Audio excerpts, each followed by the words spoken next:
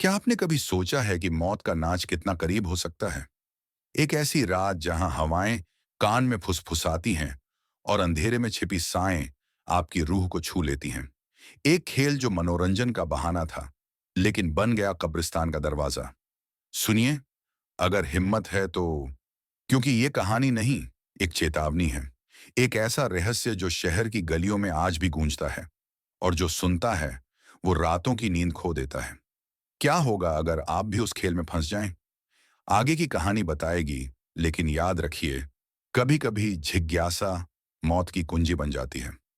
भूतों का किला दुनिया की इस भाग-दौड़ भरी जिंदगी में, जहां हर कोई अमीरी के पीछे भागता है, एक ऐसा खेल आया जो मौत को चुनौती देता था। जयपुर के पुराने इलाके में एक प्राचीन हवेली खड़ी थी। वो हवेली जिसे शैतान की कोठी कहा जाता था। सदियों पुरानी ये इमारत राजपूत राजाओं के समय की थी, जहां अफवाहें थीं कि वहां की दीवारें खून से रंगी हुई हैं। आसपास की जमीनें सूनी पड़ी थीं, क्योंकि कोई उसकी छाया में भी कदम रखने की हिम्मत नहीं जुटा पाता। हवेली के बारे में किंवदंतियां थीं। रात होते ही वहां आत्माएं जाग उठतीं, और जो भी अंदर गया वो या तो पागल होकर निकला या कभी निकला ही नहीं। एक मशहूर फिल्म प्रोड्यूसर विक्रम सिंह ने इसी हवेली को अपनी नई रियलिटी शो की जगह चुना। शो का नाम रखा रूह का रण। ये एक लाइव शूटिंग वाला प्रोग्राम था, जहां चुनिंदा कंटेस्टेंट्स को हवेली के अंदर पूरी रात बितानी होती। हर कमरे में कैमरे लगे होते, जो उनके डर के हर पल को कैद करते। नियम सरल थे। जो भी पूरी रात बिना डरे टिक जाएगा, उसे 2 करोड़ का इनाम मिलेगा। विक्रम ने पूरे शहर में प्रचार कर दिया, पोस्टर लगवाए, सोशल मीडिया पर वीडियो डाले। लेकिन शहरवासियों में उत्साह कम, खौफ ज्यादा था। सब जानते थे कि वो हवेली अभिशापित है और वहां मौत नाचती है। फिर भी प्रशासन से इजाजत लेनी पड़ी। विक्रम को नोटिस मिला, वो जगह खतरनाक है, शूटिंग की अनुमति नहीं। लेकिन विक्रम बड़ा नाम था, फिल्म इंडस्ट्री का सितारा।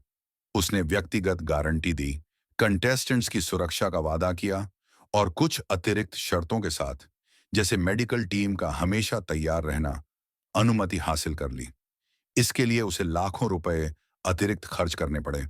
लेकिन वो जानता था कि ये शो हिट होगा और पैसा बरसेगा। शहर में रूह का रण की धूम मच गई।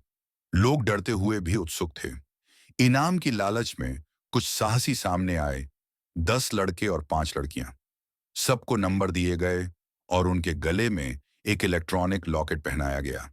अगर डर लगे तो लॉकेट का बटन दबाकर बाहर आ सकते थे। दिन के उजाले में ही हवेली के कमरों में कैमरे फिट कर दिए गए, क्योंकि रात को वहां कदम रखना मौत को दावत देना था। शाम ढलते ही एक एक कर कंटेस्टेंट्स अंदर गए। हर किसी को अपना नंबर वाला कमरा चुनना था। अंदर से दरवाजा बंद करना और चाबी बाहर की तरफ फेंकनी थी। दरवाजे इलेक्ट्रॉनिक लॉक वाले थे, जो लॉकेट के बटन से खुल सकते थे। लेकिन ये राज उन्हें नहीं बताया गया।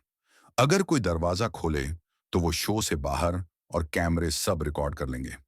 कमरों में स्पीकर लगे थे, जिनसे निर्देश आते, जल्दी ताला बंद करो, चाबी फेंको, और लाइट बंद हो जाएगी। सबने वैसा ही किया। अंधेरा छा गया, लेकिन कैमरे नाइट विजन वाले थे, तो टीवी पर दर्शकों को सब साफ दिखता। धीरे धीरे रात गहराई और खौफ की लहर दौड़ी। एक लड़की, नंबर 7 वाली, अचानक चीख उठी। उसे लगा जैसे कोई अदृश्य हाथ उसकी गर्दन दबा रहा है। वो तड़पने लगी, अपने नाखूनों से चेहरा नोचने लगी। दर्शक स्तब्ध थे। फिर एक एक कर सब पर हमला हुआ। लेकिन हैरानी की बात, कैमरों में दिख रहा था कि वो खुद को चोट पहुंचा रहे थे।